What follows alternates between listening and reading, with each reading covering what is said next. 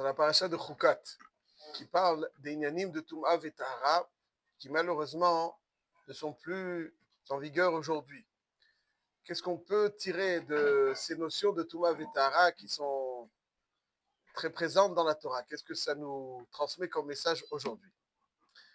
Je vais vous faire part peut-être de certaines interrogations que tout un chacun certainement se pose. Dans le monde dans lequel nous vivons, où il y a tellement de facilité, où il y a tout est Baruch Hashem, Shefa, pratiquement personne n'a faim, il y a la médecine qui a progressé, il y a tout qui est très, très accessible. Autrement dit, tout est réuni pour être très heureux. Et on ne remarque pas suffisamment souvent cette joie se lire sur le visage des gens. Au contraire, les gens ont plus besoin de choses très, très superficielles et futiles pour se distraire. Ils ont besoin de danser pour être joyeux. Ils ont besoin d'actionner des choses qui sont extérieures pour être joyeux. Une joie profonde, une vraie joie, qui ne dépend pas uniquement du contexte et des éléments où on va s'évader, quelqu'un qui est seul, tout seul, lui-même, avec lui-même. Est-il heureux? Pas toujours. Lui-même avec lui-même. S'il n'y a pas quelque chose qui va le distraire, les distractions, il n'est pas bon. Toi-même avec toi-même. Est-ce que tu es capable de rester sans livre, sans musique, sans téléphone, sans rien du tout, dans le noir même, dans le noir. Toi-même avec toi-même. Et être heureux. Tout simplement heureux. Pourquoi? Qu'est-ce qui perturbe? Pourquoi il n'y a pas une joie naturelle qui émane? Pourquoi on a besoin de tellement de choses futiles et superficielles pour être heureux? Peut-être que la surconsommation génère un déséquilibre qui donc se traduit en manque. Peut-être. Mais est-ce que c'est tout? Pourquoi est-ce que les enfants, quand on les observe, ils sont naturellement heureux, sauf si on leur prend quelque chose, ou si on leur refuse des fois quelque chose, mais ils n'ont pas besoin de raison pour être heureux, les enfants. Ils sont heureux. Après, s'ils veulent une glace et qu'on leur refuse, là, c'est... Mais naturellement, ils sont heureux. Ils sont là, pétillants, en train de courir, de rigoler, ils n'ont pas besoin de raison pour être heureux. Ils sont naturellement heureux. Arrive un âge où cette joie naturelle disparaît. Et elle laisse place, des fois, à un autre état d'esprit qui a besoin, pour être heureux, de quelque chose d'extérieur, comme on l'a dit. C'est-à-dire, un enfant, s'il n'y a pas de raison, il est heureux. S'il n'y a pas de raison d'être malheureux, il est heureux. Et des fois, certains adultes, s'il n'y a pas de raison d'être heureux, ils sont malheureux. Où est-ce qu'elle est passée cette joie naturelle? Question. Où est-ce que c'est cette joie naturelle? Qu'est-ce qui te rend malheureux? Des fois, il n'y a rien. Mais il est malheureux. Et il y a d'autres qui, au contraire, sont heureux, alors qu'ils ne sont pas aussi à l'aise. Donc voilà. Essayons de penser. En réalité, ces notions de Touma Vetara nous invitent à comprendre cela. Il y a un passage dans Parashat Vayeshev sur lequel j'aimerais mettre l'accent. On est Parashat Rukat, certes, mais on peut utiliser aussi Parashat Vayeshev quelques instants. Marquez que Israël ahav et Yosef mikol banav. Israël, dont Yaakov Avinu préféré parmi ses enfants Yosef. Pourquoi est-ce qu'il préférait Yosef? Qu'est-ce qu'il y avait Yosef? Pourquoi ici Yosef? Il y a marqué dans la Torah qui ben zekunim hulo. La raison pour laquelle Yaakov préférait Yosef, qui ben zekunim hulo. Et donc, Salo qui est honnête passible. C'est-à-dire quoi, qui ben zekunim hulo? Traduction évidente. Premier pshat, c'est parce que c'est l'enfant de sa vieillesse, qui est né quand il était âgé. Qui ben zekunim hulo, comme Rachid le précise, shenoladlo le et ziknato. Mais Binyamin est né encore plus tard que Yosef. On ne voit pas que Yaakov, il aime Binyamin, mais il n'y a pas marqué qu'Israël a avec Binyamin, Mikol Banav, qui ben Zekuni Moulo. Alors que normalement, le petit dernier, c'est pas Yosef, c'est Binyamin. Mais Yaakov aime Yosef. Pourquoi? Parce que Ben Zekunim ou lo. Si Ben Zekunim signifie que parce qu'il est né en dernier, alors il aurait dû aimer encore plus Binyamin. Or, il y a marqué Yaakov, Israël, Ahav et Yosef, Mikol Banav. Ah, c'est pour ça que Unkelus Behemet dit Ben Zekunim ne veut pas dire que c'est l'enfant qui est né dans sa vieillesse, parce que Binyamin est né encore plus tard, mais Arrêt, je cite Bar Hakim Houlé. Bar Hakim, c'est l'enfant sage, l'enfant de la Chochma, l'enfant de la sagesse. C'est ce qui ramène Rashi. Kol Mashilamad dit Rashi, Mishem Vaever Masarlo. Tout ce qu'il a appris de Shem Vaever, il lui a transmis. Donc Ben Zekunim Moulo. D'ailleurs, le Baal HaTurim dit que Ben Zekunim, il y a plein de Tevot concernant le Remazim du Baal HaTurim, dont il est le grand spécialiste des Remazim sur la Chochma que Yaakov a enseigné à Yosef. Et je cite une ou deux, il dit Ben Zekunim, Zekunim Begematria Raz, 207.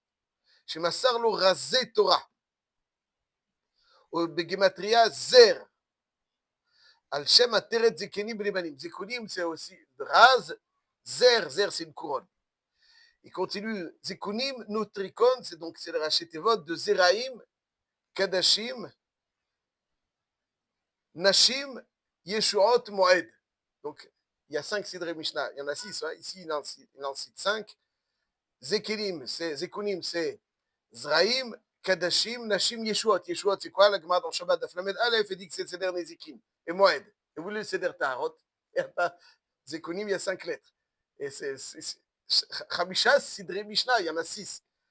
Alors, le pshat est que Zekunim, ça veut dire aussi Ziv Ikunim. Rashi rapporte. Zekunim, Zekelim, donc c'est la sagesse. Il y a marqué aussi le rayonnement du visage, l'éclat du visage. Donc, d'après le dernier pshat de Rashi, Zekunim, c'est Ziv Ikunim. Ziv Ikunim. Zekunim, c'est. Donc, d'après le premier pshat, Zekunim, c'est Zaken. Zekunim, c'est la Kshon Chochma, Zekana. Et on dit, Zekenim, ça veut dire, Zekunim, c'est Ziv Ikunim.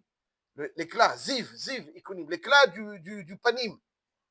Le rayonnement du visage. Lorsqu'on voyait Yaakov, wow! C'est un phare. Il y a Yosef, Ziv Ikunim. C'est-à-dire que les deux, c'était un éclat, un rayonnement du visage unique. Et en réalité, comme on va tout de suite le voir, l'éclat du visage, c'est insinué qu'il lui a enseigné Seder Taharot. Parce que l'éclat du visage vient de la Tahara. Alors, c'est quoi l'éclat du visage? Ça veut dire quoi? Il était beau gosse? C'est ça. Vous avez des gens qui sont très beaux et qui sont les plus moches. Les plus moches. La beauté, pour qu'elle soit vadaï, que la beauté, c'est la beauté. Mais une vraie beauté, c'est quelque chose qui émane de l'intérieur. Une vraie beauté. C'est quelque chose qui émane de l'intérieur. Vous avez des gens beaux qui sont. On ne peut plus les. Pour être beau, un vrai beau, il faut avoir un rayonnement qui émane du visage. Zivikunim, Yaakov Avinu a levé un éclat. C'est quoi il avait un éclat? D'où ça vient cet éclat? D'où il avait? C'est quoi l'éclat? D'où il vient cet éclat? Le Maharal de Prague, dans Gourarié, il dit, je cite quelques phrases en Gourarié ici, Parashat Vayeshev, il dit, Ma she'aya ikunim domelo ou davar nifla me'od. Ki Yaakov nishtana mikol sh'ar hanivraim b'ziv ikunim. Donc, Yaakov avait un éclat, un rayonnement du visage unique. Unique! Marqué dans la Gemara, dans Baba Metzia, Choufré de Yaakov, qu'en choufré de Adam. L'éclat de Yaakov ressemblait à celui de Adam Arishon. Asher Utselem Elokim. C'est ça. Le rayonnement, c'est la Neshama qui rayonne. La Neshama qui rayonne. La Neshama qui rayonne. Ou les Zéaz, Yazoché Yosef, Shayadome lo Bishoufré. C'est le Tselem Elokim. Choufré de Yaakov, qu'en choufré de Adam Arishon. Il dit que c'est ça aussi, Bar Hakim. Il dit Bar Hakim, c'est aussi, donc, c'est ça qui fait. Chochmat Adam, Ta'ir Panav. Ça, c'est marqué dans Kohelet. Chochmat Adam, Ta'ir Panav. Donc, c'est dit que Yaakov aimait Yosef, préférait Yosef parmi tous, parce que il y avait des éléments spirituels qu'il lui a transmis. Il dit le Maharal, qui a Dvarim Aelou, tout ce qu'il a cité avant, parmi eux, l'éclat du visage, la Chokhmah, c'est pas Minyan Agouf. Qui a Chokhmah, Vchazvikunim, Chiadwe le Yaakov, Moré, que Moshe Aya le Yaakov, Maala Elokit, שהרי כל אלו דברים אינם דבר של גוף, כך היה ליוסף, שהיה מעלתו בעל האלוקית, רחוק מן הגוף. Ça, c'est donc, ça, c'est le rayonnement du visage. Ça, c'est zivikunim. Et comment on obtient le rayonnement du visage? C'est tselem elokim. On obtient le rayonnement du visage quand la neshama rayonne. Elokai, neshama shenatatabi tehorai. Le rayonnement du visage, c'est la neshama qui s'exprime à travers le visage. Et c'est ça, zivikunim. Et quand comment est-ce qu'on nous insinue qu'il lui a enseigné c'est-à-dire taharot? Parce que la tahara, c'est ça qui permet de lire le rayonnement sur le visage. Quelqu'un qui est tamé, il est terne. Pourquoi? Explication très simple. La traduction du mot tahor, c'est-à-dire quoi la traduction? Si je devais traduire en français, c'est pur, mais comme toujours, la traduction française, elle massacre le Lashon HaKodesh. Bon, c'est pur, mais ça ne reflète pas du tout la profondeur de cet adjectif. C'est quoi tahor? Être tahor, c'est être rayonnant. C'est ça la tahor. La Torah, quand elle parle de Etzem HaShamayim, la Torah, c'est le rayonnement. Être rayonnant. C'est-à-dire la tahara, elle donne à l'homme le rayonnement. La lumière. C'est ça la tahara. Pour être rayonnant et être lumineux, il faut être pur. Mais la traduction du mot tahor ne veut pas dire pureté. La pureté, c'est une forme, c'est ce qui permet le rayonnement. Mais tamé, c'est quoi l'étymologie du mot tamé? C'est atum, quelque chose qui est obstrué. Otem, ça c'est la touma, qui est obstrué. Donc ça veut dire qu'il y a le tahor, c'est celui qui rayonne, qui est lumineux, et le tamé, c'est celui qui est obstrué. Quel rapport? C'est très simple. La neshama, elle est rayonnante. Neshama shenatatabi tehorai, elle rayonne. Le jour où, tant que la neshama rayonne, le visage est lumineux, rayonnant. Lorsque la neshama, malheureusement, est obstruée par certains éléments qui viennent cacher et empêcher cette lumière de rayonner sur le gouffre, c'est la touma. La touma veut dire otem, quelque chose qui obstrue. La différence qu'il y a entre tahara et touma, c'est que tahara, c'est le rayonnement de la neshama qui s'exprime, et la touma, c'est le rayonnement de la neshama qui est obstrué. C'est ça, du touma et tahara.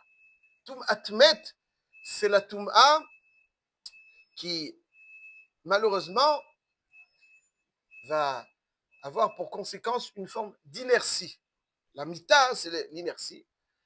Quelqu'un qui est tamé betoumatmet, il est inerte. C'est-à-dire que la neshama est là c'est le moteur de l'homme. C'est ce qui permet à l'homme le moteur dans le sens positif du terme, le moteur des choses positives. C'est ce qui lui donne le rayonnement. Dès que la neshama est obstruée, le rayonnement de la neshama ne se lit plus sur un visage. Et le moteur de la neshama, la force de la neshama, ne s'exprime plus. Et malheureusement, il y a une forme d'inertie qui s'installe. Mita, tum atmet. Ce qui obstrue, qui occasionne la mita. Être en contact avec l'inertie, ça, avec le met, c'est quelque chose aussi qui camoufle le hors de la neshama. Donc, si on peut déterminer qu'est-ce qui fait un visage rayonnant, qu'est-ce qui rend un homme lumineux, ou ce qui empêche ce rayonnement, c'est la tahara. Si quelqu'un veille à sa pureté, il est rayonnant. Celui qui ne veille pas, malheureusement, alors il y a quelque chose qui est obstrué. La pureté doit se lire sur un visage. Il y a quelque chose sur le visage qui s'exprime. Le panim est l'expression du pnim. Lorsque le pnim est ce qu'il doit être, le panim en est la pleine expression. Lorsque le pnim est obstrué, qu'est-ce qui va se lire sur le panim? Yosef Hatzadik, Yaakov Avinu, Yosef Hatzadik, ils étaient me'en choufré, c'est quoi choufré? Choufré, c'est beau. On veut dire, c'est celui, il est beau comme Avdam Arishon. Rabbi Yochanan, c'est la beauté d'Yerushalayim. On vient dire. Ouais, c'est le pshat est que la beauté, c'est la beauté, la vraie beauté. C'est pas la beauté laide. La vraie beauté, c'est la vraie beauté. Ça, c'est l'intériorité. Quand on dit de Yosef qu'il était beau, c'est qu'il avait un rayonnement sur il était beau, une vraie beauté, telle que la Torah conçoit la beauté, telle que l'homme saint conçoit la beauté. Ça, c'est le koach de Yaakov Avinu. Ça, c'est le koach. Ça, c'est la tahara. Quelqu'un qui veille à sa tahara, il est lumineux. Cette luminosité, revenons maintenant à la joie. Cette luminosité, là, je vous cite un Shem Ishmuel. Cette luminosité, c'est ça la joie. C'est ça la joie. Un enfant, il est joyeux parce qu'il est tahor. Il est tahor. Quelqu'un qui est tahor, il est tahor. La neshama s'exprime. Alors si, maintenant, tu lui enlèves son jouet, hop, maintenant, il y a un chidouche. Il voulait... Donc, nous, aval bepashtes, normalement, ou sameach. Un neshama meira. Marqué, le Shem Ishmuel dans Parashat Vaera, il ramène au nom de son père. C'est qui le père du Shem Ishmuel? Avnei Nezer. Ah. Comment il s'appelle Avnei Nezer? Avraham Isochatchov, l'auteur aussi du Igletal. Le gendre du Admour de Kotsk. Le Shem Ishmuel est le petit-fils du Admour de Kotsk. D'ailleurs, je pense que, si je me rappelle bien, Reb Simcha Bun Amipshi serait demandé une fois à ses élèves pourquoi un Taor et un Tamé qui sont en contact, c'est le Tamé qui transmet la Toum'a. Pourquoi le Taor ne transmettrait pas sa Tahara? C'est là. Le pshat, il est que tout le monde est Taor. Il y a rien il faut juste enlever. La Toum'a, c'est une saleté qui se rajoute. Chacun, il a une Neshama Tehora. Il y a quelque chose, je crois que l'Admon de Kotz qui a parlé de ça. En tout cas, quoi qu'il en soit, le Shem Ishmuel, il dit, Veinektiv, Tagelna, il y a marqué dans Teilim Nun Aleph, Tagelna Atzamot Dikita. C'est quoi Tagelna Atzamot Dikita? Les os que Dikita, il faut définir, vont se réjouir. Tagelna Atzamot, Tagelna, c'est la chaîne Gila, Atzamot Dikita. C'est quoi Dikita? Ou Piresh, le Avnei Nezer, il dit Dikita, comment est-ce qu'on dit pur en araméen? Dachia. Dachia. Dachia, c'est la pureté en araméen. Dachi, dans le Targum Kelus. Et donc, il dit que Tagelna Atzamot Dikita, c'est-à-dire la Atzmut, cette essence purifiée, c'est ça qui réjouit. Venu Pirusha Dikra, Ismechu Atzamot, Shetiharta Otam, Shetahara, Mevi'a Lidei Simcha. C'est ça. Tahara Mevi'a Lidei Simcha. Et là-bas, il développe que la Brit Mila est caractérisée dans la Gemara, dans Shabbat Kuf Lamed, comme un moment de Simcha. Ouais, toutes les mitzvot, nous dit la Gemara, chez Kiblu Alem Besimcha, Kigon Mila, Dain aussi nota Besimcha. Parce que la Orla, c'est ce qui enlève, ce qui obstrue. La Orla, c'est quelque chose qui obstrue. Et donc, il y a une Simcha particulière dans la Brit Mila. Ceci étant dit, c'est ça le Yesod à Yesodot. Le Yesod à Yesodot, quelqu'un qui veut être joyeux, alors il a deux chemins. Ou bien il va sauter. Bon, ça, c'est pas des joies profondes. Si tu as besoin sans arrêt c'est plus une joie. C'est oublier la tristesse. Ça, là, c'est kvar machou. Il ne faut pas être triste. C'est vrai. Mais c'est Aval, c'est pas ça. La joie, ça doit être une joie. Un homme, il ne doit pas chercher à être joyeux superficiellement. Il doit être joyeux. Joyeux.